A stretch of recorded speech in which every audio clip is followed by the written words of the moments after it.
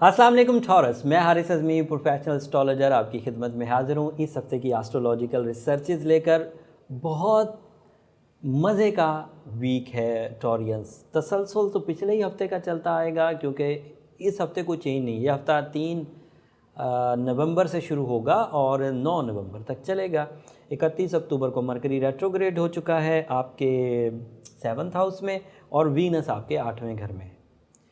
दोनों ही पोजीशनें मोहतात रहने की इत्तलात दे रही है। चीज़ों को संभल कर चलेंगे, समझ कर चलेंगे तो अच्छा रहेगा टॉरियंस। वक्त को वैसे भी समझ कर चलना चाहिए। वक्त एक नेचर की डिमांड है, कुदरत का एक ऐसा निज़ाम जिसको अगर आप समझ कर चलेंगे तो वो निज़ाम आपको मज़ा देगा, इज़्ज़त देगा, डेवलपमेंट्स की तरफ लेकर जाएगा, ग्रोथ की तरफ लेकर जाएगा। बट अगर वक्त को किसी भी अंदाज से आपने इग्नोर किया तो वक्त आपको इग्नोर कर देगा, तंग करेगा आपको। सोने के टाइम पर जागेंगे, जागने के टाइम पर सोएंगे तो ट्रबल आएगी। ये और भी बहुत सारी मिसालें, लेकिन मैं उस तमहीद में नहीं पढ़ता हूँ। मरकरी की रेट्रोग्रेशन 7th हाउस में आपको क्या नुकसान दे सकती है वो पहले बयान करता हूँ। दो बातें तो कॉमन है, ये हर ही स्टार के लिए एक है कि क्योंकि मरकरी कम्युनिकेशन का प्लैनेट है, माइंड स्किल्स का प्लैनेट है और वो रेट्रोग्रेड हो रहा है तो कमज़ोर हालत होगी, बोलने की कमज़ोर हालत होगी, जहनी कारकर्दगी की।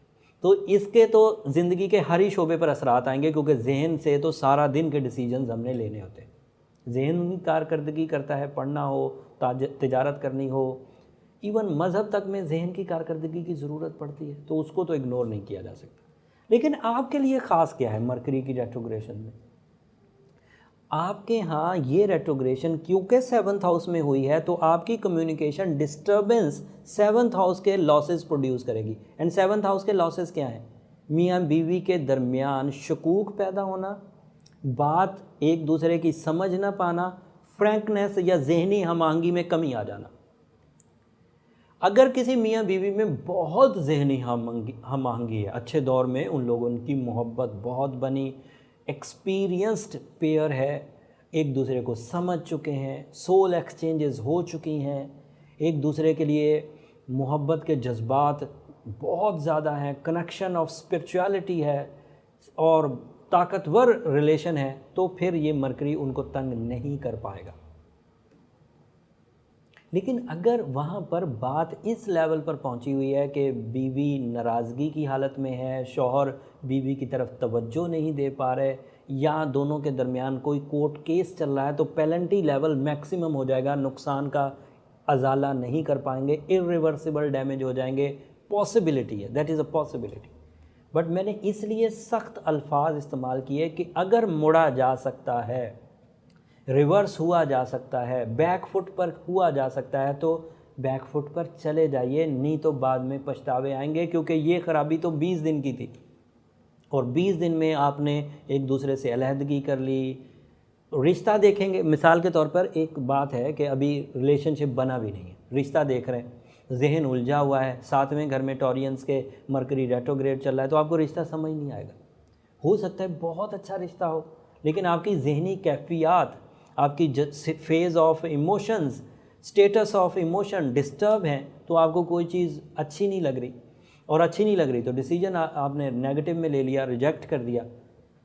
अब रिश्ते ऐसे तो नहीं होते कि लाइन बना के खड़े हैं, भाई एक हटो दूसरा आएगा तीसरा आएगा, तो एक का 2 ऑप्शन होते हैं, इन्हीं को मद्देनज़र रख के डिसीजंस लेना होते हैं। क्योंकि इधर रेट्रोग्रेशन ऑफ मरकरी की वजह से आप फॉगी माइंड में होंगे, आप इरिटेटिंग माइंड में होंगे, तो या तो उन्हें बुलाएं नहीं, या बुलाएं तो फिर उस माइंड को कवर करके अच्छे अंदाज से डिसीजंस लें। तो ये पहलू हो गया जिनकी रुमानवी डिसीजंस होने वाले हैं अगले 20 दिनों में, उनमें ये 7 दिन भी शामिल है जिसकी मैं रिपोर्ट कर रहा हूँ आपको।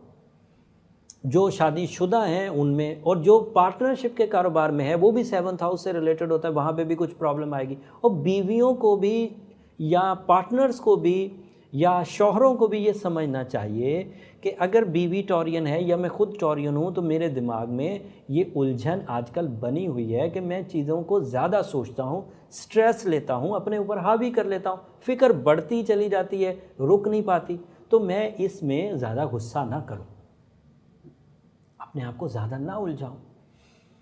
जो लोग तो ज़रा जीनियस हैं और माइंड पर उनका कंट्रोल है, वो तो ये बातें कर भी जाएंगे, लेकिन जिन लोगों के ऊपर गैर मामूली तौर पर स्ट्रेस खुद ब खुद आ जाता है मर्ज़ के लेवल तक, तो फिर वो बेचारे रिकवर नहीं कर पाते, उन्हें प्रॉब्लम होगी। उनके लिए रेमेडी, बहुत उम्दा रेमेडी, एमरल्ड का वेयर करना है।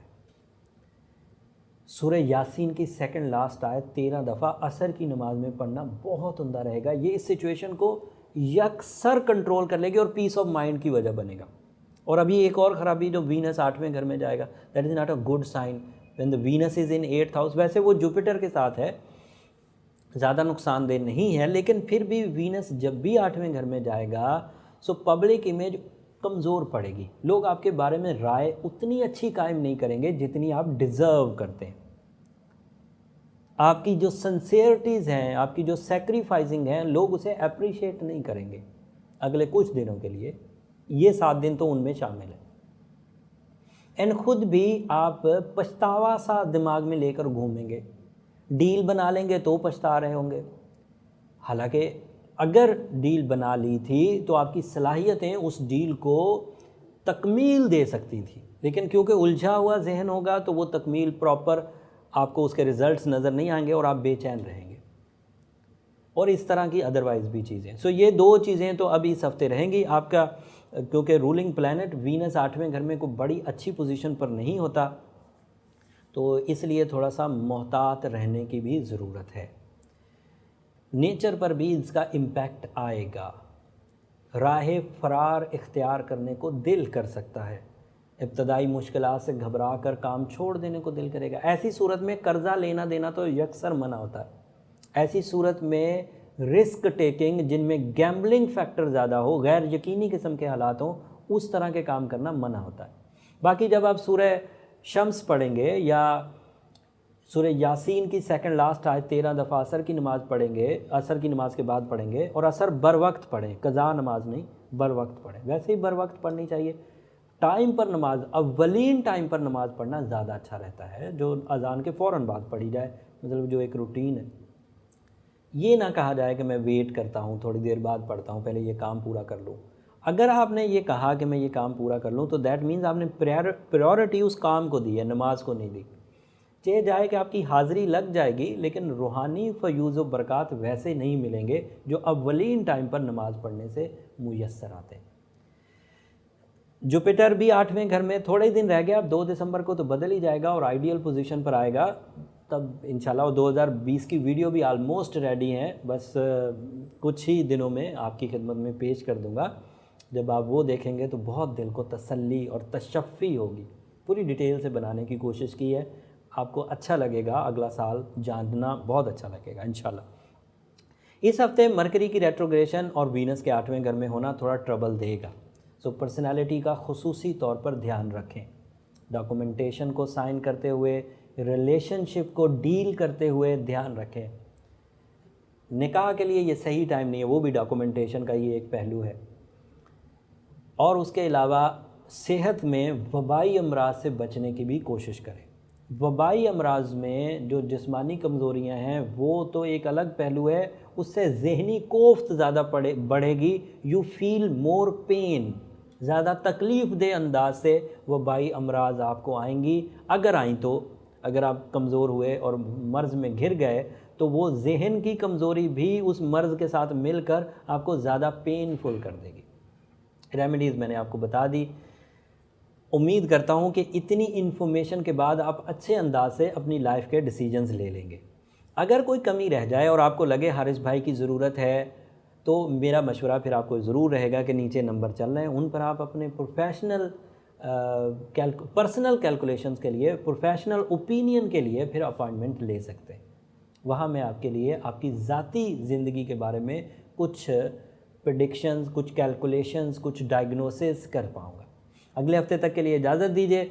जाते जाते चैनल को ज़रूर सब्सक्राइब कर लीजिए और मेरे लिए दुआ ज़रूर करिएगा। आपकी दुआएं मेरी सबसे कीमती प्रॉपर्टी है, इस दुनिया के लिए भी, आखिरत के लिए भी। अल्लाह ने के बाद।